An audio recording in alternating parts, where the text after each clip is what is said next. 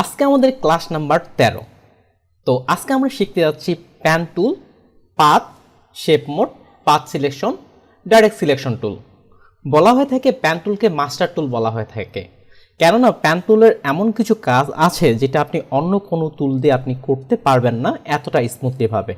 তো আশা করব পুরো টিউটোরিয়ালটি মনোযোগ সহকারে দেখবেন, কেননা প্যান টুল অত্যন্ত একটি গুরুত্বপূর্ণ টুল। আমি হচ্ছে Abdul Mumin Tutul, graphic design instructor, triple click academy. Okay, চলে যাই ফটোশপে। ফটোশপে যাওয়ার পর আমি একটি নতুন পেজ ক্রিয়েট করে নিয়ে নিই। তো নতুন একটি পেজ ক্রিয়েট করে নিয়ে নিলাম। প্যান টুলের শর্টকাট হচ্ছে পি। আপনি যদি কিবোর্ড থেকে পি প্রেস করেন তাহলে আপনার প্যান টুল অ্যাক্টিভ হয়ে যাবে। এখান থেকে যদি আসি আমাদের প্যান টুল অ্যাক্টিভ হয়ে যাচ্ছে। তো প্যান টুল আপনার কয়েকটি মোডে কাজ করে থাকে। একটা হচ্ছে আপনার পাথ মোড এবং হচ্ছে শেপ মোড। এই দুটি মোডে মূলত কাজ করে থাকে। তো আমরা কখন কোনটা ইউজ করব? সাধারণত আপনি যদি কোনো কিছুর ব্যাকগ্রাউন্ড রিমুভ করতে চাচ্ছেন বা কাউকে সিলেকশন করতে চাচ্ছেন, সেক্ষেত্রে আমরা পাথ মোড ব্যবহার করব। আর শেপ মোড হচ্ছে শেপ ক্রিয়েটের ক্ষেত্রে আমরা ব্যবহার করব। গত ক্লাসে অর্থাৎ 12 নম্বর ক্লাসে আমরা শেপ সম্পর্কে ডিটেলসে আলোচনা করেছি। যারা যারা গত ক্লাসটি দেখেননি তারা সেই ক্লাসটি দেখে আসতে পারেন। তো চলে আসি আমরা প্রথমে শেপ মোড থেকে। আপনার প্যান টুল সাধারণত আমি ফিল কালারটা অফ রাখতেছি আর স্ট্রোক কালারটা অন রাখতেছি। ফিল কি স্ট্রোক কি এটা নিয়ে গত ক্লাসে ডিটেলসে বলা হয়েছে, সেখানে দেখতে পারেন। আমি এটা আরেকটু বড় করে দিচ্ছি। প্যান টুলে আপনি যাই কাজ করেন না কেন, প্যান টুলে আপনার প্রতিটি জিনিসই তিনটি বিষয়ের উপর কাজ করে। নাম্বার 1 হচ্ছে লাইন, যেমন এ পাশ থেকে বসে আমি শিফট চেপে একটি লাইন ক্রিয়েট করলাম, এটা হচ্ছে লাইন। 2 নম্বরে যেটা ক্রিয়েট করে সেটা হচ্ছে কর্নার, যেমন এখান থেকে এখানে একটা ক্লিক করলাম বা এখানে একটা ক্লিক করলাম, যে প্রত্যেকটি ক্লিক করতেছি এটা হচ্ছে আপনার কর্নার হিসেবে কাজ করতেছে। আরেকটি হচ্ছে কার্ভ, যেটা হচ্ছে বাঁকানো। ঠিক একইভাবে এটা কিন্তু কার্ভ আকারে কাজ করতেছে। আপনি একটি প্যান টুলের যেখানেই যান না কেন এই কয়েকটি অপশনই পেয়ে যাবেন। তো প্যান টুলকে আবার এটা যদি আমরা ভিতরে যাই তাহলে কিন্তু আবার কিছু কিছু জিনিস আমরা পাচ্ছি। তো এখানে দেখেন, যখন আমি এই শেপটাকে ক্লিক করতেছি এখানে একটা পয়েন্টার, এখানে একটা পয়েন্টার। এই পয়েন্টারগুলোকে বলা হয় অ্যাঙ্কর পয়েন্ট। অ্যাঙ্কর শব্দের বাংলা অর্থ হচ্ছে নোঙর, অর্থাৎ নৌকার নোঙরকে বলা হচ্ছে অ্যাঙ্কর। নৌকার নোঙর যেমন আপনার একটি নৌকাকে বেঁধে রাখে, কোথাও যেতে দেয় না, ঠিক এই পয়েন্টারগুলো এক একটি পাতকে আপনার বেঁধে রাখে বা শেপেরটাকে আপনার ধরে রাখে। আর মিডিল বরাবর যে এই যে লাইনটি দেখতেছি এটাকে বলা হচ্ছে আপনার পাথ। পাথ শব্দের অর্থ হচ্ছে বাংলার আবিধানিক অর্থ হচ্ছে রাস্তা। আমরা যদি এটার ভিতরে আসি একইভাবে এই লেয়ারটি সিলেক্ট করে এখানেও কিন্তু আপনি একই জিনিস পাচ্ছেন। তাহলে এগুলো হচ্ছে এক একটি করে আমার পয়েন্টার বা অ্যাঙ্কর পয়েন্ট। আর এখান থেকে যে লাইনটি দেখতেছি এটা হচ্ছে আমার পাথ। ঠিক একইভাবে এখানেও কিন্তু যে শেপেও যদি আমরা দেখি এখানেও এটা একটা পয়েন্টার বা অ্যাঙ্কর পয়েন্ট, এটা একটা অ্যাঙ্কর পয়েন্ট, এটা একটা অ্যাঙ্কর পয়েন্ট। এই অ্যাঙ্কর পয়েন্টকে আবার যদি ভাগ করা হয়, যেমন আমি যখন এখানে একটি ক্লিক দিচ্ছি এখানে কিন্তু কোনো হ্যান্ডেল আসতেছে না। যখন আমি ক্লিক দিয়ে ধরবো তখন আমরা কিন্তু হ্যান্ডেল পাচ্ছি। এখান থেকে সামনে একটি লাইন পাচ্ছি, পেছনে একটি লাইন। এই লাইনগুলো দিয়ে আপনি খুব সহজেই পাথকে মডিফাই করতে পারবেন। কিভাবে? পিছনের হ্যান্ডেলটাকে বলা হয় কন্ট্রোল হ্যান্ডেল, আর সামনে যে হ্যান্ডেলটি দেখতেছি এটাকে বলা হয় আপনার ডিরেকশন হ্যান্ডেল। পিছনেরটাকে বলা হচ্ছে কন্ট্রোল হ্যান্ডেল এবং সামনেরটাকে বলা হচ্ছে ডিরেকশন হ্যান্ডেল। এই কন্ট্রোল হ্যান্ডেলটি দিয়ে আপনি পিছন থেকে এটাকে সহজেই কন্ট্রোল করতে পারবেন। আর আপনি কোন পাশে যাবেন বা ডান পাশে বা বাম পাশে কোন পাশে যাবেন সেদিক থেকে এই হ্যান্ডেলটা দিয়ে নির্দেশনা দেয়া যেতে পারে, ডিরেকশন হ্যান্ডেল। তো এটা নিয়ে আমরা আসতেছি আরেকটু পরে সরাসরি কাজের দিক থেকে। তো এটাই ছিল আপনার প্যান টুলের পরিচিতি, যেটা অ্যাঙ্কর পয়েন্ট, হ্যান্ডেল, পিছনে একটা কন্ট্রোল হ্যান্ডেল, সামনে একটা ডিরেকশন হ্যান্ডেল। আর এগুলো হচ্ছে একটা অ্যাঙ্কর পয়েন্ট। আর মিডিলের যে লাইনটা দেখতেছি এটাকে বলা হচ্ছে পাথ। আর এই পয়েন্টারের যে পাথগুলো আছে এখান থেকে নিচের টুলগুলো কিভাবে কাজ করে সেটা আমরা আসতেছি এখন। দেখুন, পরের যে ফ্রি ফ্রম প্যান টুল আসছে এটা অনেকটা আমাদের ল্যাসো টুলের মতো কাজ করে থাকে। ল্যাসো টুল যেমন ফ্রি হ্যান্ডভাবে কাজ করে, ঠিক একইভাবে এই টুলটা আমাদের ফ্রি ফ্রমভাবে প্যান টুল কাজ করে। আমি যখন যাই ক্লিক করেন না কেন আপনার সে হিসাবে অটোমেটেড প্যান টুল থেকে পাথ, অ্যাঙ্কর পয়েন্ট এগুলো কিন্তু চলে আসবে। এটা আপনার ফ্রি ফর্মভাবেই কাজ করে থাকে, এটা ততটা প্রয়োজন পড়ে না। আর নিচের যে পয়েন্টারগুলো আছে সেটা আমাদের কাজের জন্য ভালোই ব্যবহার হয়ে থাকে, যেটা হচ্ছে দেখেন এখানে অ্যাড অ্যাঙ্কর পয়েন্ট টুল। এই পয়েন্টারটা কি করে, আমাদের কাজের সুবিধাতে অনেক সময় অ্যাঙ্কর পয়েন্ট কিন্তু ডিজাইনের মধ্যে যোগ করার প্রয়োজন পড়ে। আমার এখানে একটা অ্যাঙ্কর পয়েন্ট প্রয়োজন ডিজাইনের প্রয়োজনে। তো আপনি যখন এখানে প্লাস আইকন আসতেছে, যখন এখানে ক্লিক করব তখনই কিন্তু আমার এখানে একটা অ্যাঙ্কর পয়েন্ট অ্যাড হয়ে যাচ্ছে। আমি যদি কন্ট্রোল চেপে ধরেই এটাকে এখন কিন্তু আমরা মুভ করতে পারতেছি। কন্ট্রোল চেপে এটাকে বা সরাসরি এটাকে কন্ট্রোল চেপে ধরে মুভ করতে পারেন, কিংবা এটাকে আপনি দিক নির্দেশনা কন্ট্রোল হ্যান্ডেল বা ডিরেকশন হ্যান্ডেল দিয়েও কিন্তু এটাকে আমরা পরিবর্তন করতে পারি। তারপরে যদি আমরা আসি, আমার যখন কোনো অ্যাঙ্কর পয়েন্ট লাগবে না তখন আমরা এখান থেকে ডিলেট অ্যাঙ্কর পয়েন্ট এটা সিলেক্ট করেও এখান থেকে এই পয়েন্টারটা আমার লাগবে না, তো এটাকে সিলেক্ট করেও আমরা কিন্তু ডিলেট করতে পারি। তারপর এই পয়েন্টারটা যখন আমার মনে হচ্ছে আপাতত আমার প্রয়োজন নেই, সেক্ষেত্রে এখান থেকেও আপনি কিন্তু এই পয়েন্টারটা সহজেই ডিলেট করে নিতে পারেন। আমরা বোঝার সুবিধার্থে আরেকটু এখান থেকে আমরা শেপ ক্রিয়েট করি। শেপের মধ্যেও কিন্তু আপনার পয়েন্টার দেয়া থাকে। তো এখানে এটা একটা পয়েন্টার, এটা একটা পয়েন্টার, এটা একটা পয়েন্টার। যখন আমার এখান থেকে এই পয়েন্টারটা প্রয়োজন পড়বে না, আমরা যদি মাইনাস ক্লিক করি তো এখান থেকে আমার এটা কিন্তু এখন ডিলেট হয়ে যাচ্ছে। অর্থাৎ আপনি খুব সহজেই কোনো পয়েন্টারকে যোগ করতে পারবেন কিংবা ডিলেট করতে পারবেন। আর সব শেষে যেটা আছে কনভার্টার পয়েন্টার টুল, এটা আপনার কি করবে, কার্ভকে কর্নার করবে, কর্নারকে কার্ভ করবে। তো কর্নার কোনটা, আমরা একটু আগে দেখছিলাম কার্ভ হচ্ছে আপনার ঠিক কর্নার থাকবে না, এই যে এটা হচ্ছে আমাদের কার্ভ লাইন বেস, ঠিক এটা আপনার কার্ভকে কর্নার করবে, কর্নারকে কার্ভ করবে। এক্সাম্পল স্বরূপ এটার ক্ষেত্রে দেখা যেতে পারে, পাশে একটা রাখলাম, এটার আমি ফিল কালারটা অন করে দিই, স্ট্রোকটা অফ করে দিই। আমরা আরেকটা বৃত্ত ক্রিয়েট করি, ফিল কালার অন আর স্ট্রোক কালারটা অফ করে দিই। এবার একটা বৃত্ত ক্রিয়েট করি। তো এই দুটো শেপের মধ্যে যদি আমরা লক্ষ্য করে দেখি, এখানে যে বৃত্তটা দেখতেছি আমরা, ঠিক এখানে কিন্তু চারটা পয়েন্টার, এটা পুরোটাই কার্ভ, কোথাও কিন্তু কর্নার নেই। একইভাবে যখন রেক্টেঙ্গুলার ক্ষেত্রে যাচ্ছে, এখানে কিন্তু কোথাও আমার কার্ভ নেই, শুধুমাত্র কর্নার। আর শেষের এই পয়েন্টারটা আমার কার্ভকে কর্নার করে, কর্নারকে কার্ভ করে। যখনই আমি এই পয়েন্টারটাতে ক্লিক দিচ্ছি, এখন ওয়ান ক্লিক, জাস্ট আমার কার্ভ থেকে এটা কর্নারে পরিণত হয়ে গেছে। জাস্ট ক্লিক করলেই আপনার কার্ভ থেকে এটা কর্নারে কনভার্ট হয়ে যাচ্ছে। এবার যদি আমরা রেক্টেঙ্গুলার পয়েন্টার থেকে একইভাবে কাজ করবে, আমরা যখন কার্ভেচার পয়েন্টার থেকে এই পয়েন্টারটাকে সিলেক্ট করলাম, তারপরে সাইড থেকে আপনি মুভ করেন, এটা কিন্তু আপনার এখন কার্ভ থেকে কর্নারে পরিণত হয়ে যাচ্ছে। বা এটাকে নিলাম, উভয় পাশ থেকে যদি নিই, সেক্ষেত্রে কিন্তু আপনার কার্ভ থেকে কর্নার থেকে এটা কার্ভে পরিণত হচ্ছে। এটা সাধারণত কনভার্টের ক্ষেত্রেই ব্যবহার করা হয়ে থাকে।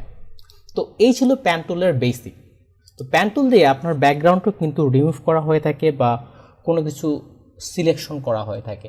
আর প্যান টুল দিয়েও আপনি একটা শেপকে কাটতে পারবেন বা কতটুকু নেবেন, ঠিক আমরা গত ক্লাসে শেপ টুল সম্পর্কে শিখছিলাম, ঠিক একইভাবে কাজ করে আপনি কীভাবে দুটো শেপকে একসাথে করবেন, একটা শেপ থেকে আরেকটা শেপ ডিলিট করবেন, বা আপনি কমন অংশটুকু রাখবেন, সেটা এখান থেকে করা যেতে পারে, যেটা গত ক্লাসে শেপ টুল আমরা ডিটেলস আলোচনা করেছিলাম একইভাবে। তো এবার প্যান টুল দিয়ে সিলেকশন নিয়ে আসি আমরা। আমি এখান থেকে একটি ইমেজ ওপেন করতেছি, যেটা দিয়ে আপনি কোনো কিছুকে সিলেকশন করে ব্যাকগ্রাউন্ড রিমুভ করার ক্ষেত্রে ব্যবহার করা যেতে পারে। যেমন আমরা এখান থেকে এই মডেলকেই সিলেক্ট করতেছি, আমরা একটা মডেলের ইমেজ ওপেন করলাম, আমরা চাচ্ছি যে এই ইমেজের ব্যাকগ্রাউন্ডটা আমরা রিমুভ করব। সেক্ষেত্রে আমাকে এই ইমেজটিকে পুরোটাকে কিন্তু সিলেকশন করতে হবে স্মুথলিভাবে, যেটা করবো প্যান টুলের মাধ্যমে। তো প্যান টুল থেকে এখানে পাথ মোড থেকে আমি করে দিলাম, শেপ মোড থেকে করে দিলাম পাথ মোড। আর এখান থেকে পাথ থেকে নতুন একটি লেয়ার আমরা পাথের ক্রিয়েট করব। তারপর পাথ লেয়ার সিলেক্ট থাকা অবস্থায় প্যান টুল দিয়ে যে কোনো একটি অংশ থেকে আপনি শুরু করেন। তো আমি এখান থেকে শুরু করি, জাস্ট একটা ক্লিক দিয়ে আমার পাথ চলে আসছে। এখন আপনি এটা ধীরে ধীরে পয়েন্টারগুলো ধরে সিলেক্ট করেন। প্যান টুলের ক্ষেত্রে এখানে যেটা বলা হয়, আপনি যতটা পারেন দূরে দূরে পয়েন্টারগুলো নেন। তাই বলে আবার এমনটাও করা যাবে না যে আপনার মডেল কেটে যাচ্ছে, এমনটা করা যাবে না। ঠিক একইভাবে এই পয়েন্টারটা রাখলাম, এ পাশ থেকে এটা আপনার 1 পিক্সেল পাথ বলা হয় থাকে বা 2 পিক্সেল বা এস টু এস। 1 পিক্সেল পাথ কি আপনার ইমেজ থেকে একেবারে বরাবর ভিতর দিকে থাকবে, 1 পিক্সেল ভিতরে থাকবে। এস টু এস হচ্ছে ইমেজ এবং ব্যাকগ্রাউন্ডের মাঝামাঝি থাকবে। এখানে এটাকে ধরে ভিতরের দিকে নিয়ে নিই। এখানে একটা কর্নার, অল্টার চেপে কর্নার করে নিলাম। ঠিক যেখানে আপনার কার্ভ থাকবে সেখানে আপনার কার্ভ নিতে হবে, আর যেখানে কর্নার থাকবে সেখানে আপনাকে কর্নার আকারে ক্রিয়েট করতে হবে।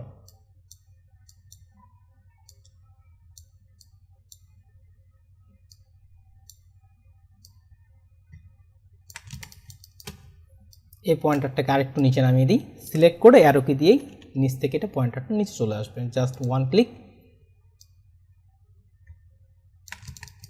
ঠিক এটা কর্নার রেখা আকারে আছে, জাস্ট 1 ক্লিক, আর এখান থেকে 1 ক্লিক। তো এখানে একটা জিনিস দেখবেন যে সুতোর মতো একটা আস্তে আস্তে এইখান থেকে সেটিং থেকে রাবার ব্যান্ড এটা অন করে দিবেন, তাহলে কিভাবে আপনার পাতটা হতে পারে সেটা আপনাকে কিন্তু শো করাবে। একটা পয়েন্টার স্পেস চাপলে পাতটা মুভমেন্ট করবে।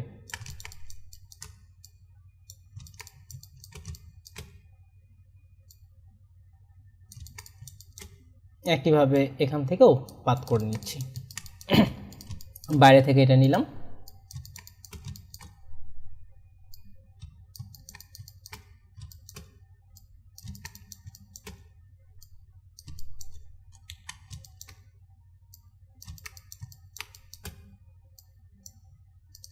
এভাবে ক্লিক করে করে আপনি পাত করতে পারেন। আমরা প্রায় ইমেজটা সিলেক্ট শেষের দিকে।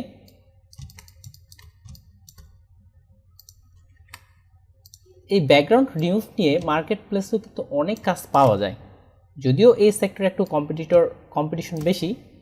জাস্ট সবশেষে এখানে আমি অল্টার চেপে ক্লিক দিয়ে জোড়া লাগিয়ে দিলাম। এখন আমরা যদি এখান থেকে কন্ট্রোল চেপে পাতের মধ্যে সিলেকশন করি তাহলে অল ইমেজটা কিন্তু আমার সিলেকশন হয়ে গেছে। আর যদি কিউ চাপেন তাহলে এটা হচ্ছে কুইক মার্কস, আমার কিন্তু কুইক মার্কসে ইমেজটি বের হয়ে আসতেছে। আর ঠিক একইভাবে কিছু অংশ এখনও বাকি আছে, যেটা হচ্ছে এই যে ভিতরের দিকের অংশগুলো কন্ট্রোল ডি দিয়ে ডিসিলেক্ট করে নিয়ে এই ভিতরের অংশটিও আপনি পাত করে নিতে পারেন। পুরোটাকে এটাকে নিচ্ছি,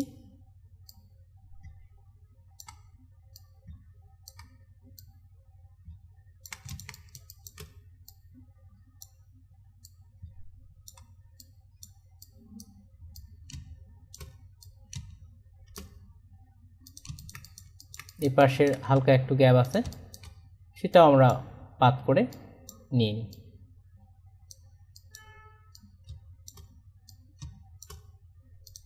ওকে, পারফেক্ট। এবার কন্ট্রোল চেপে ক্লিক করে হালকা একটু ফেদার দিতে পারি। ফেদার কি সেটাও আমরা জানি, সেটার জন্য সিলেক্ট, মডিফাই, ফেদার। আরও অনেকভাবে দেওয়া যেতে পারে। ইমেজের ক্ষেত্রে 0.3 দেওয়া যেতে পারে। কন্ট্রোল জি দিয়ে এটাকে ব্যাক যে দিয়ে এটাকে আমি আলাদা একটা লেয়ার করে নিলাম। এখন আপনি কিন্তু পিছনে যে কোনো কালার অ্যাপ্লাই করতে পারবেন। এখান থেকে আপনি যে কোনো কালার সরাসরি কিন্তু অ্যাপ্লাই করতে পারবেন খুবই সহজে। কিংবা আপনি চাইলে প্লেস করে এটার ব্যাকগ্রাউন্ডও কিন্তু চেঞ্জ করে ফেলতে পারেন।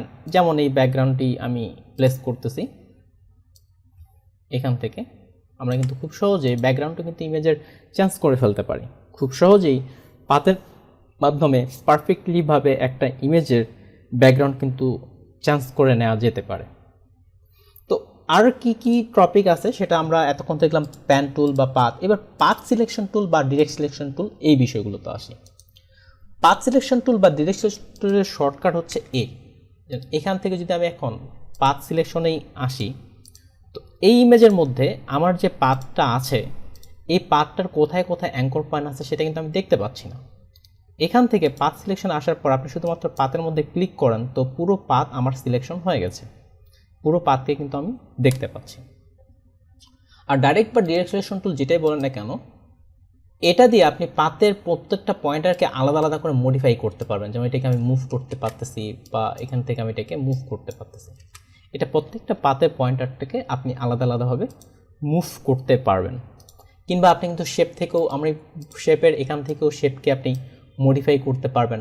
আমি চাচ্ছি এই শেপের এই কর্নারটা ভিতর দিকে চলে আসবে। তো আমি এখান থেকে ডিরেক্ট সিলেকশন টুলে আসার পরে জাস্ট এই কর্নারটাকে সিলেক্ট করলাম এবং শিপ চেপে এটাকে ভিতরের দিকে দিয়ে দিলাম। এভাবেও শেপগুলোকে কিন্তু আপনি মডিফাই করে প্রিন্ট ডিজাইন সহ বা সোশ্যাল মিডিয়ার ডিজাইনগুলোতেও কিন্তু আপনি পাথকে ইউজ করতে পারেন। এটাকে কন্ট্রোল টি দিয়ে রাইট বাটন ক্লিক করে ফ্লিপ হরিজন্টাল করে দিলাম, আরেকটা হচ্ছে ফ্লিপ ভার্টিক্যাল। সেক্ষেত্রে কিন্তু আপনি বিভিন্ন টাইপের শেপের ডিজাইনগুলোও কিন্তু করতে পারেন এই পাথ মডিফাইয়ের মাধ্যমে। তো এই ছিল আমাদের পাথ সিলেকশন টুল বা ডিরেক্ট সিলেকশন টুল। তো আমাদের এই ভিডিওটি কমেন্ট করবেন আপনি যদি কোনো সমস্যায় পড়েন, তাছাড়া আপনার বন্ধুর সাথে ভিডিওটি শেয়ার করবেন। যে কোনো প্রবলেম হলে আমাদের ফেসবুক গ্রুপে আপনি পোস্ট করতে পারেন ট্রিপল ক্লিক একাডেমিতে। তাছাড়া আমাদের ইউটিউব চ্যানেলে আরও অ্যাডোবি ফটোশপ ছাড়াও অ্যাডোবি আফটার ইফেক্ট 3Dর ক্ষেত্রে সিনিয়র 4D, তারপরে ক্যাম্পাসিয়া রেকর্ডিং টিউটোরিয়াল, বিভিন্ন ধরনের সিনিয়র 4D মডেলিং, এই বিষয়ে অনেকগুলো টিউটোরিয়াল আছে। এই বিষয়গুলো আপনি দেখে ফ্রিতেই কিন্তু অনেক কিছু শিখতে পারেন। তাছাড়া আমাদের আরও কিছু অ্যাডভান্স কোর্স আছে, সেক্ষেত্রে আমাদের ওয়েবসাইট থেকে আপনি কিন্তু দেখতে পারেন। গুগলে জাস্ট শুধু ট্রিপল ক্লিক একাডেমি লিখে সার্চ করলেই চলে আসবে।